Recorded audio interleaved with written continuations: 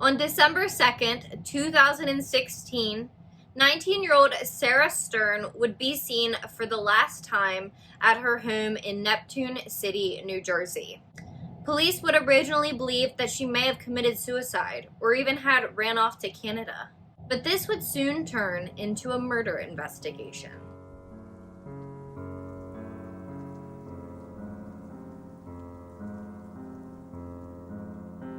Hi everybody, and welcome back to Killer Concepts, the place where we talk about all things true crime. My name's Peyton.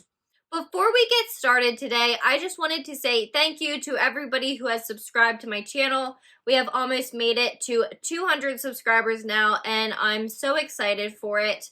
I love talking to you guys and getting to discuss these cases with you, and I can't wait for more to come. Also, thank you for being so patient with me and my schedule as of lately.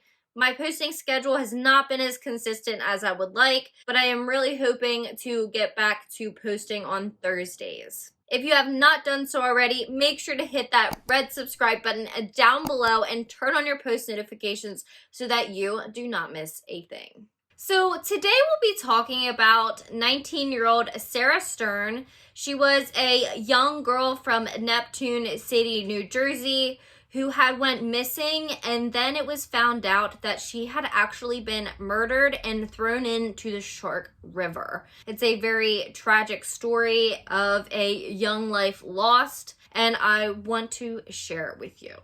It was first discovered that 19-year-old Sarah Stern was missing when an Uber driver would see an abandoned Oldsmobile on the side of the road as they were driving across a bridge in Neptune City, New Jersey that crossed over the Shark River. Since the car was abandoned, the Uber driver would call the authorities and they would come out and inspect the car. They found out that it belonged to Sarah Stern's grandmother. So young 19-year-old Sarah Stern would borrow this car from her grandmother quite often, and she would go wherever she needed to go. But the officers thought it was very odd because the car was abandoned, there was no sign of Sarah, but the keys were still in the car. And so this started making them think that maybe she had jumped off the bridge. The police would call Stern's father, who at the time had been on a trip in Florida with his girlfriend, and he would try and get in contact with Sarah, but to no avail. He had texted her multiple times, frantic, telling her that she needed to answer him immediately, and he had not heard from her. She was not responding, and so he became increasingly concerned. The police would go to the Stern household, but they would find nobody inside and no sign of Sarah. The only thing left in the house was Sarah's beloved dog. Mr. Stern immediately got in the car with his girlfriend and started driving home so that he could help search for Sarah and to figure out what had happened to his daughter.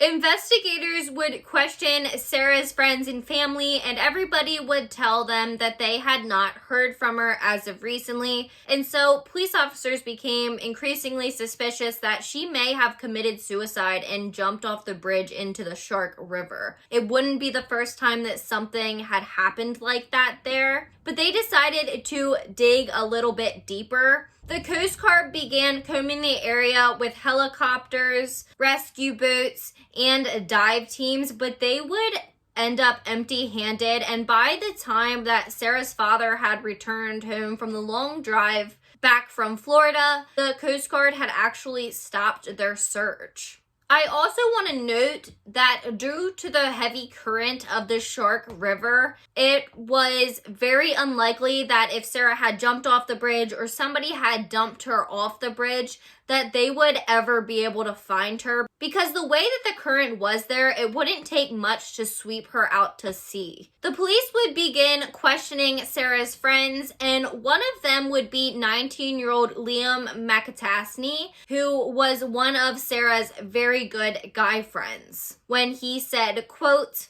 "I just know she's been trying to get away. She's been telling me she's moving to Canada." End quote. He had also mentioned that Sarah was just trying to get away from her father, that they didn't get along much, and she just felt suffocated by him. He had said that she had previously said that she had thought about committing suicide and that she was depressed, and that her father was absolutely crazy. This entire interview with Liam McAtasney actually happened at his house, and it can be seen on body cam footage. McAtasney and Stern grew up together in Neptune, New Jersey, and so did many of the other kids in their neighborhood that had lived around Sarah. Sarah Stern's family had a pool in their backyard, which made her a very popular attraction. All the kids would come over and swim, and they were just all really close with each other. But McAtasney was super close with Sarah until they reached high school, and they kind of separated a little bit. Sarah was more of one of the popular girls, and Liam wasn't quite as popular, but they stayed friends. And then when they graduated high school, they started to reconnect and hang out a lot more. And one of the other people that would hang out with them was Liam McAtasney's friend named Preston. Preston had actually previously went to a high school prom with Sarah, and so they were close as well. And police would question him, but they would pretty much get the same answers out of him as they did from Liam.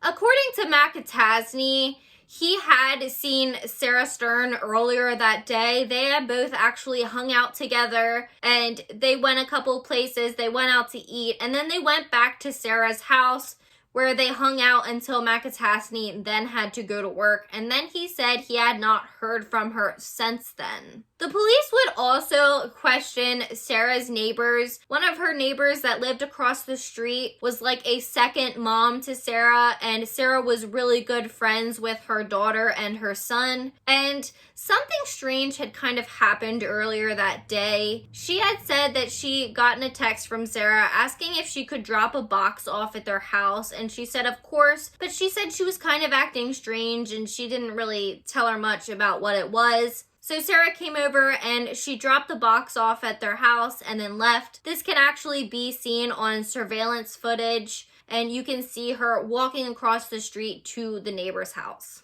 A little bit about Stern. Sarah Stern was a very smart girl who did very well in school, and she loved art. She had played sports in high school, and she was a pretty popular teenager. Though in high school, she did hit a rough patch when her mother would die of cancer, and this is when she would really sink herself into her art, and she'd kind of use that as an outlet. Eventually, her father would move on and get a girlfriend, but she actually really liked his girlfriend, and they really got along well because his girlfriend had lost her mother at a young age as well. Sarah was an aspiring YouTuber. She loved YouTubers like Jenna Marbles, and she wanted to be able to do that type of stuff too. And so she started going to community college in the area, and she also had visited Canada several times, going to conferences and stuff for YouTubers. And this is where she fell in love with Toronto, Canada, because that is where she visited. And then she had talked about moving there ever since.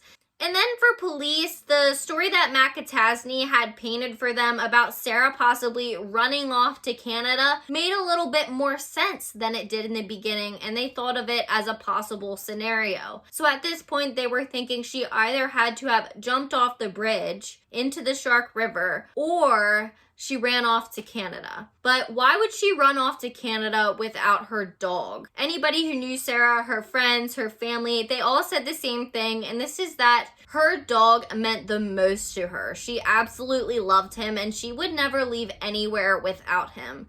They knew that if she had run off to Canada, that she would have taken him with her. The police would continue searching for Sarah and questioning people on her whereabouts and if they had talked to her, but they were getting no real leads. And for the next 2 months, the trail really went cold until they got an unexpected phone call.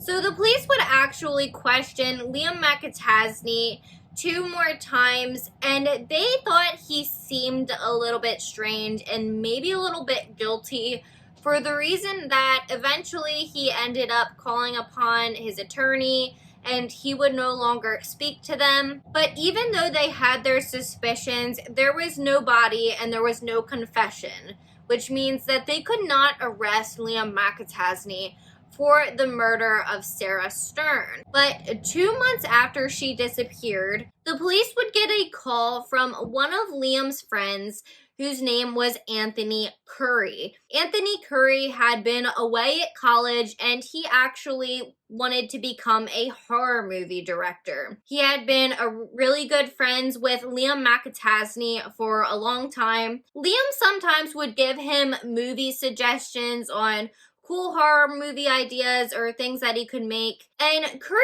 had remembered that a couple months previous, Liam had made a comment about possibly making a movie about him strangling Sarah Stern. Curry didn't think much of it at the time, though it was strange. He thought he was just joking. It was normal for him to make movie suggestions, and maybe he thought that he just thought it was going to be something that he acted out and wasn't serious about. But when Curry found out that Sarah was missing, he started to connect some dots together, because the way that Liam had described how he was going to kill Sarah seemed to match up with her disappearance in real life. And so Anthony Curry had talked to his father about the fact that Liam McAtasney had told him this a couple months previously, and they jointly decided that they needed to call the police. And so Curry called the police and he told them what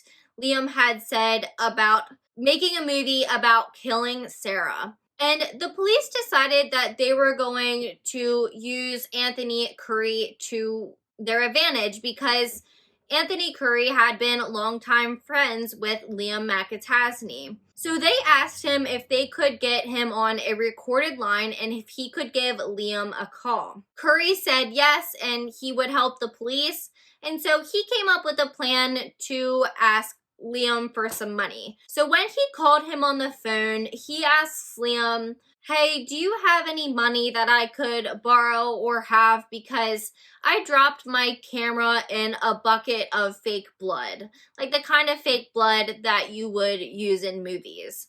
And Liam didn't bite at first, and then he said, "Well, maybe." And then Curry says something more along the lines of, "Do you still have any of her money left?" Insinuating that he knew what Liam had done. And this is when Liam on the phone call says that he can't talk about this right now, and they end up making a time to meet in person. Now, this phone call, as well as their meeting in person, can all be found on the internet, and I will link it down below, so make sure to check it out. So the police helped set Curry up for this in-person meeting with Liam McAtasney. They set him up with cameras at different points in his vehicle, and they had considered putting a wire on Curry's person, but then decided that it might not be the best thing to do if Liam McAtasney is already thinking about how he shouldn't talk about things on the phone. And if he really did murder someone, it might not be the safest thing for Anthony Curry if they were to put a wire on him. And so when Anthony Curry meets with Liam McAtasney, it was strange, but the first thing he did, and he told him, "I don't mean anything by it, man, but I'm gonna need to check you to make sure you're not wearing a wire." Police said that when they heard him say this and they watched him pat down Curry, that their hearts just dropped right into their stomach, for the reason that they had made that last minute choice not to put a microphone on his body because of Liam possibly doing something like that, but they didn't really think in a million years that he actually would, and that was the first thing he did when he got in the car. Another thing McAtasney says when he first gets in the car with Curry is that he has been hiding from the cops as he's seen them tailing him, and that's one of the reasons he ended up patting down Curry. Now, what would transpire in this car would have the police absolutely dumbfounded. Once he was in the car with Curry, he absolutely unloaded everything. And I mean everything. He told him that he had murdered Sarah and that he had worked together with his friend Preston Taylor, who had Sarah had went to prom with before, and they disposed of Sarah's body and stole $10,000 in cash from her. And they tell him exactly how it happened, and then Liam goes on to say that he had been planning her murder for over 6 months. Some of the things that he says in the meeting with Curry is absolutely despicable, and he is so callous. He has no remorse, no feelings, no nothing over what he had done to Sarah. Basically, Liam McAtasney had started this plan to kill Sarah Stern several months before he actually did it, because he found out that Sarah was the owner of a lot of money. What had happened is that when Stern's mother died, they had actually had another home, and her father had owned another home, and Sarah had went there at one point, and she found a box that was full of a ton of cash. And when I say a ton of cash, I mean $50,000 to $100,000. There has been numerous accounts and different things that people have said Sarah told them, but they know it was anywhere from $50,000 to $100,000 in cash that her mother had saved up.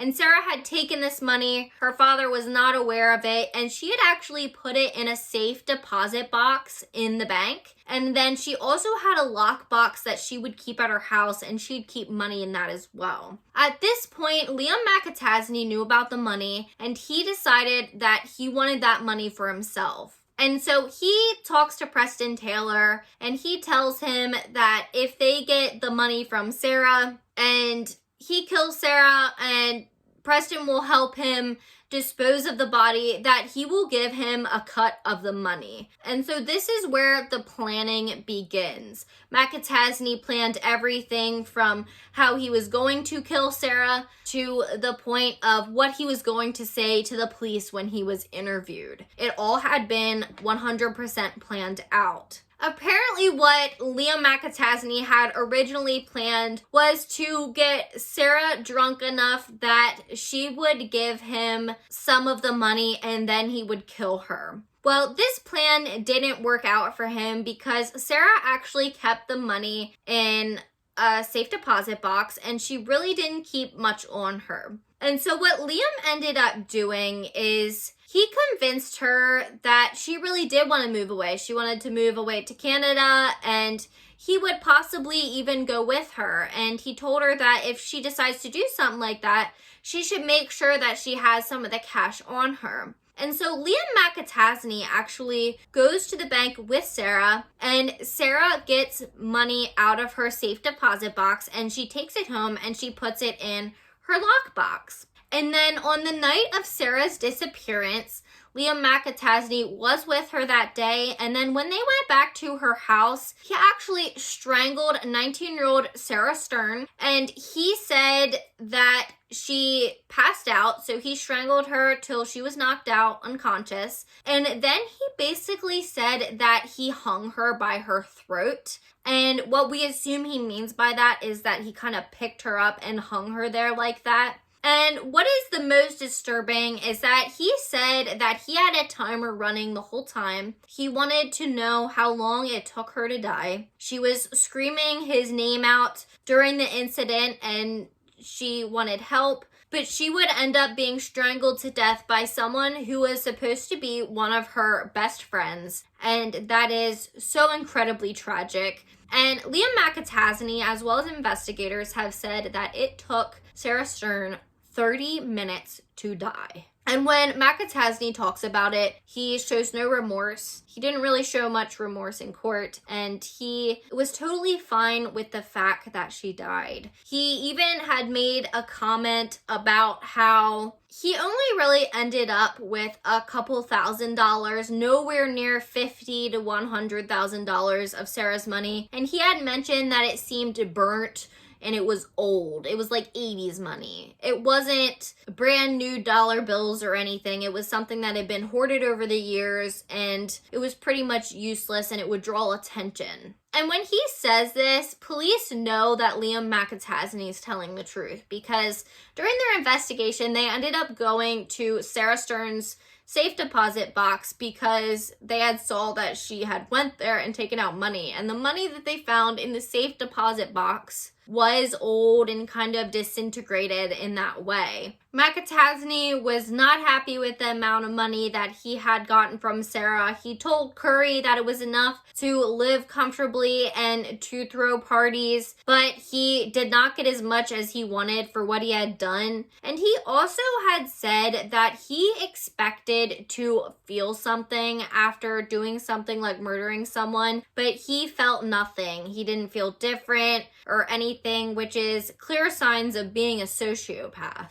McAtasney also says how her dog just laid there and didn't do anything, which is incredibly sad that he was worried about things like that when he was killing somebody who was supposed to be one of his best friends.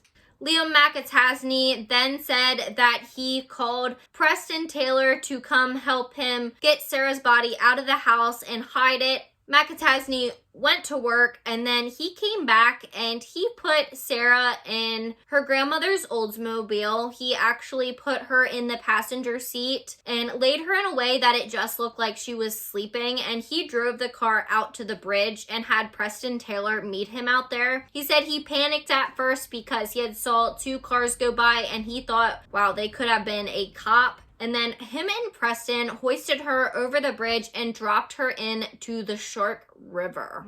After Curry spoke to McAtasney, he made sure before he left to let him know that if he told anybody that Preston Taylor would kill him, and then he left. Now that they had Liam McAtasney's own words saying that he had murdered 19-year-old Sarah Stern, the police were ready to arrest him, but they wanted one more thing first. Liam McAtasney's statement was a huge piece of evidence, but it just wasn't enough because this is a no body case. There is no body of Sarah Stern's, and there most likely would be no body, especially if they had dumped her in the Shark River with the heavy current. And so the police officers decided to bring in Preston Taylor. They told Preston Taylor that they knew what Liam McAtasney had done. They basically made a deal with him saying that if he would talk and tell them what happened, that they would give him a reduced sentence.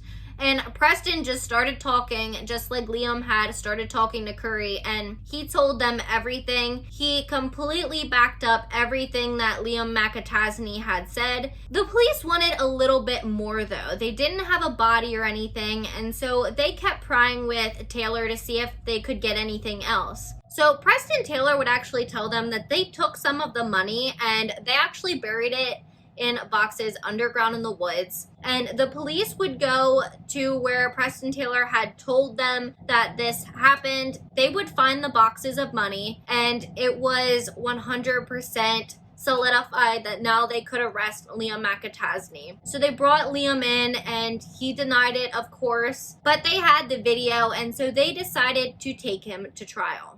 With all the evidence that police officers now had, Liam McAtasney would be charged with first-degree murder, and Preston Taylor would be charged with accessory to murder, and they would go to trial in January of 2019. Now, Preston was actually used as a witness on the prosecution side. That is how his plea deal worked, and Anthony Curry got to speak to the jury as well. Liam McAtasney's attorney tried really hard to combat the video that had been made of him admitting to the murder of Sarah Stern and to Preston Taylor and Anthony Curry's testimonies on the stand. He had said that Liam McAtasney only said that stuff because Anthony Curry was a director for horror movies and that he had made up that story just as an audition to be in one of his films, and that Anthony Curry was only doing this because it would help him in the movie industry, which was absolutely not true, and the jury didn't buy it. They also tried to rip down Preston Taylor's credibility,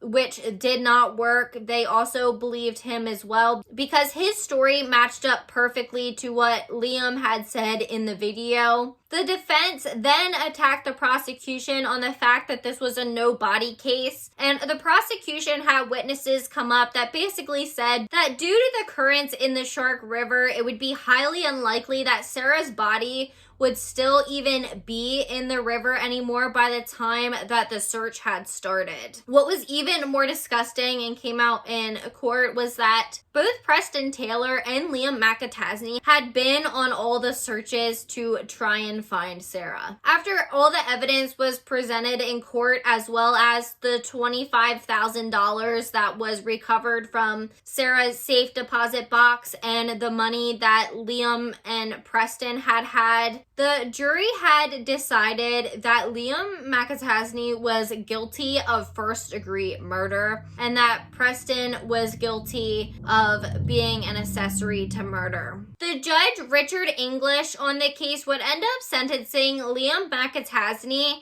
to life in prison without the possibility of parole plus 10 years for the murder of 19-year-old Sarah Stern. Liam McAtasney was 21 years old at the time, and he will be serving the rest of his life in prison for the terrible crime that he committed.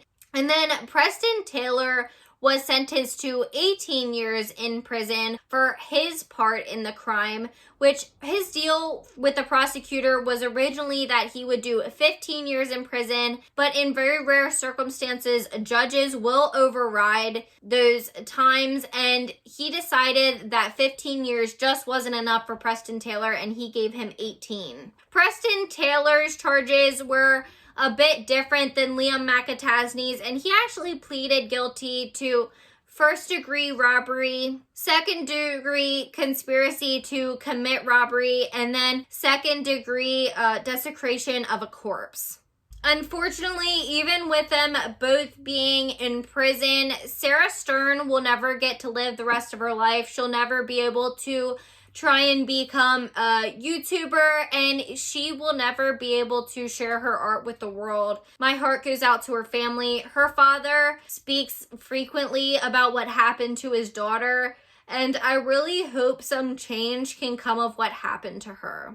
That is all I have for you on this case today. If you liked this one, don't forget to hit that like button. And I'd also like your opinion on everything that happened in this case. Did you think that Liam McAtasney did it from the beginning, or did you think that she possibly jumped off a bridge? Make sure to comment that down below, or if you'd like to, you can always send me an email at killerconceptsvlog@gmail.com if you have any questions or any case suggestions. Also, don't forget to check out my Instagram. I post weekly updates on what is going on with my channel. So if I'm going to miss a video or have a late video, I will let you know on there. And I also post funny true crime memes as well as updates on what I'm just doing with my life. So make sure to go follow me on there. Before you go, don't forget that the world's most dangerous minds hide in the most unlikely places. Stay safe.